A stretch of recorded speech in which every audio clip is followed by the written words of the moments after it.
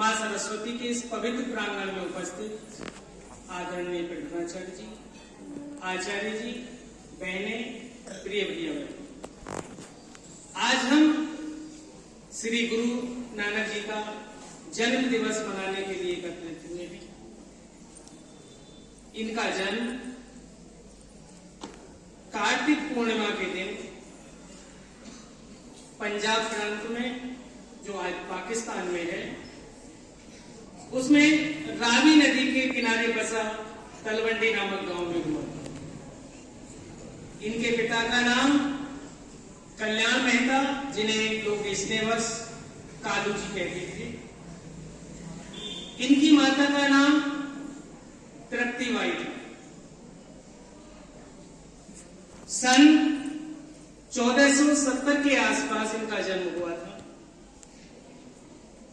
और ये बड़े समाज सेवी थे। बचपन से ही दूसरों की सेवा करने का इनके मन में बड़ा उत्साह रहता था।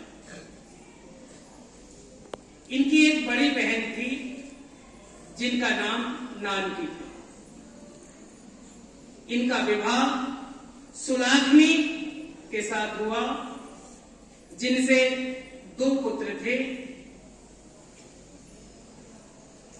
ये अपने 2 भक्त, 2 शिष्य बाला और मर्दाना के साथ एक बार इन्होंने सुना कि एक सच्चे मुसलमान को जब तक मुसलमान नहीं कहा जाता जब तक वो हज ना कर ले। इन्होंने अपने शिष्यों के साथ दोनों की योजना बना ली और मक्का मदीना जाने के लिए तैयार। जब ये मक्का पहुंचे तो चलने के बाद ये काफी थक चुके थे और ये विश्राम गृह में जाकर विश्राम करने लगे। वहां जिस विश्राम गृह में ये विश्राम कर रहे थे, उस जगह जो उनका सेवादार था, वहां उसने देखा कि गुरु नानक जी ये सो रहे हैं और इनके पैर जो है हमारे काबा की ओर है। यानी काबा जैसे हमारा मंदिर होता है, वैसे ही मुसलमानों का एक तीर्थ स्थल काबा है कि इनके पैर हमारे काबा की तरफ है, तो क्यों ना इनके पैरों को दूसरी दिशा में कर दिया जाए। उस सेवादार ने नानक जी को जगाया और उनसे कहा, भाई अपने पैर दूसरी दिशा में कर लो, इधर हमारा काबा है और आप काबा की तरफ को हमारे पैर करके सो रहे हैं। गुरु नानक जी ने कहा, भैया मैं बहुत थका हुआ हूं, आप ऐसा करो मेरे पैर आप ही कर दो उधर से हटा के। तो उनके पैर जब दूसरी दिशा में कर दिए तो पता चला कि काबा भी उसी दिशा में हो गया। इसी प्रकार उनके पैर चारों तरफ को करे गए, लेकिन जिस दिशा में वो पैर करते थे उधर कोई काबा हो जाता था। अंत में वो सेवादार समझ गया कि ये कोई साधारण पुरुष नहीं, ये कोई व्यक्ति विशेष है और उनसे उन्होंने क्षमा याचना की। ऐसे थे हमारे गुरु नानक। वो कोई सामान्य पुरुष नहीं थे, एक विशिष्ट संत थे। एक बार किसी ने उनको अपने यहाँ आमंत्रित किया, भोजन पर आमंत्रित किया कि नानक देव आपका भोजन है। संपन्न परिवार था, कोई साहूकार या सेठ रहे होंगे। तो नानक देव जिस किसी के यहाँ भी दावत होती थी, आमंत्रण मिलता था, भोजन करने के लिए जाते थे। लेकिन उस सेठ के यहाँ, साहूकार के यहाँ भोजन करने वो नहीं गए। और उस दिन उन्होंने एक गरीब परिवार के यहाँ भोजन किया।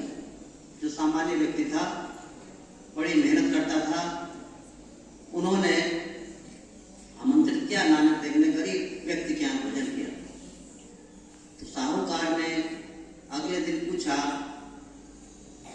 कि नानक देव जी आप ये बताइए, मैंने आपके लिए इतने अच्छे पकवान बनाए, विभिन्न प्रकार के व्यंजन, मिठाइयाँ, सब पूरी व्यवस्था आपकी की, लेकिन आप भोजन करने के लिए नहीं आए और आपने इस सामान्य व्यक्ति के यहाँ भोजन किया।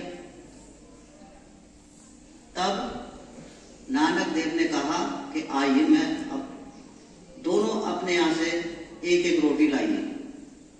तो सेठ ने बड़ी अच्छी पूड़ियां कचौड़ी बनवा रखी थी और जो गरीब व्यक्ति था उसकी सूखी रोटी थी।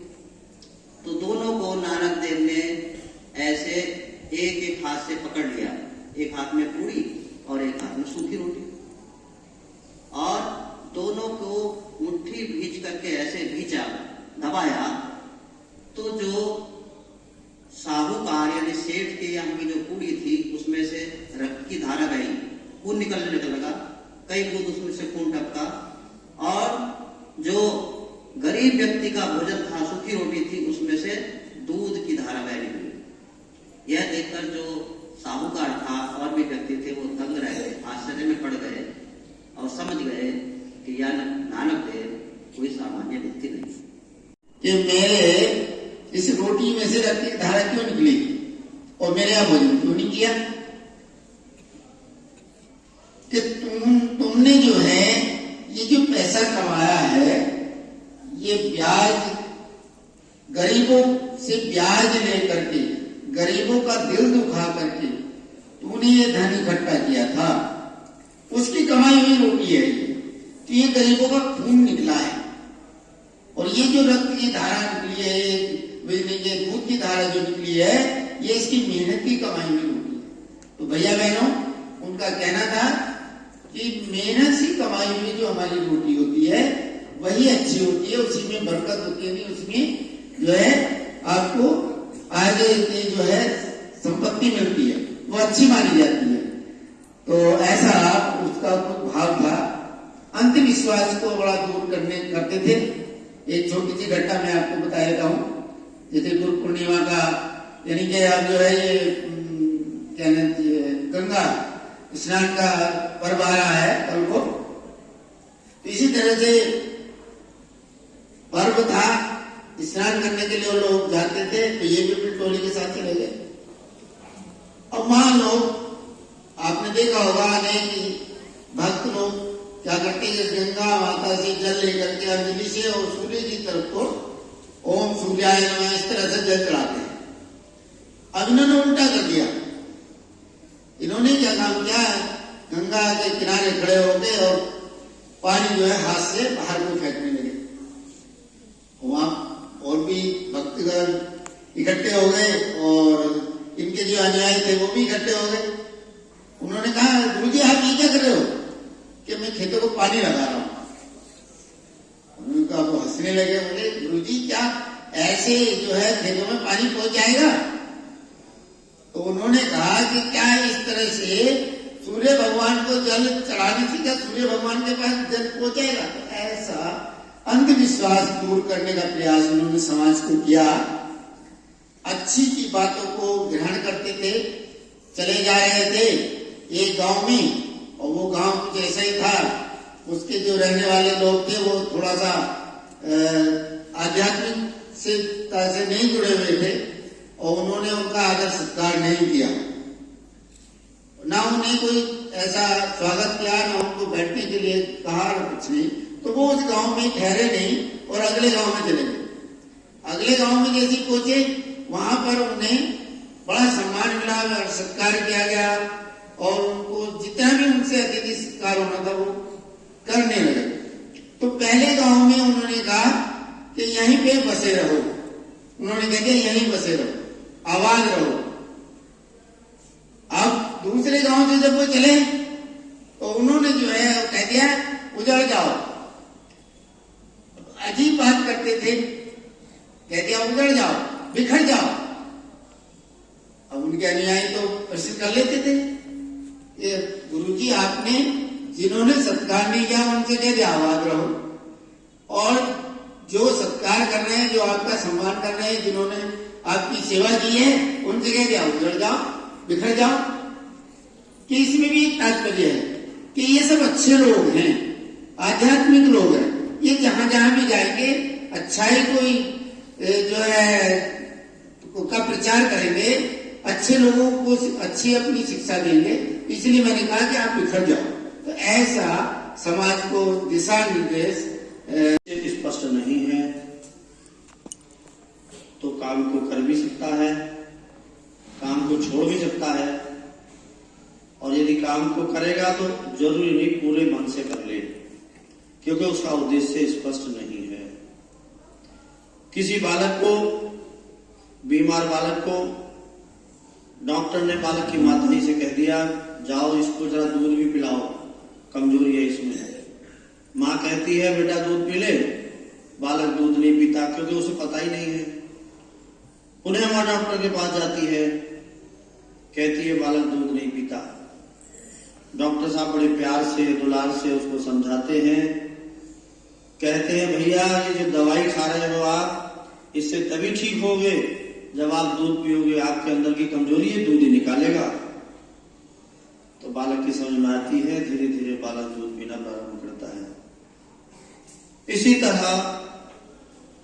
हम सब सौभाग्यशाली हैं, समय समय पर यहाँ महापुरुष की जयंती मनाते हैं। जयंती मनाते जरूर हैं हम, और हर वर्ष मनाते हैं। जो चीज यहाँ आज बोली गई है वो पिछले साल में बोली गई होगी, लेकिन मुझे लगता है कि हमारे जो श्रोतागण हैं भैया बहन, बड़े बड़े भी, मेरी दृष्टि किसी ना किसी भैया बहन पर टिक जाती है रोजाना। मन करता है बुला लिया जाए, लेकिन बाद में फिर खराब होने के पश्चात जब बड़ा हो तो इसकी कीर्ति, इसका यश भी बड़ा हो, हमारा नाम रोशन करे। लेकिन हर बालक बड़ा बालक नहीं बनता, लंबाई तो बढ़ जाती है लेकिन बड़ा नहीं बनता। हर व्यक्ति जितनों की मृत्यु हुई है सबकी जयंती मनाते हैं क्या हम? गिने चुने महापुरुष हैं जिनकी मां ने सपना देखा, उन्हें बनाने का प्रयास किया, उनके गुरुजी ने उनका जीवन बनाने का प्रयास किया, और उन्होंने गुरुजी की, माताजी की बात को ध्यान से सुन करके उसका पालन किया, वो महान बन गए। जो पालन नहीं कर पाए, अपनी खराब संगति के कारण, अपनी खराब आदत के कारण वो सामान्य बन गए, सामान्य भी नहीं रहे कई बार। तो भैया बहनों, थोड़ा अच्छा नहीं लगता। यहां व्यक्ति अपना समय लगाते हैं आपके लिए। एक बड़ी कक्षा की बहन को आज मैं देख रहा था, मैंने कहा ना मैं रोजाना कहीं ना कहीं दृष्टि टिका देता हूं।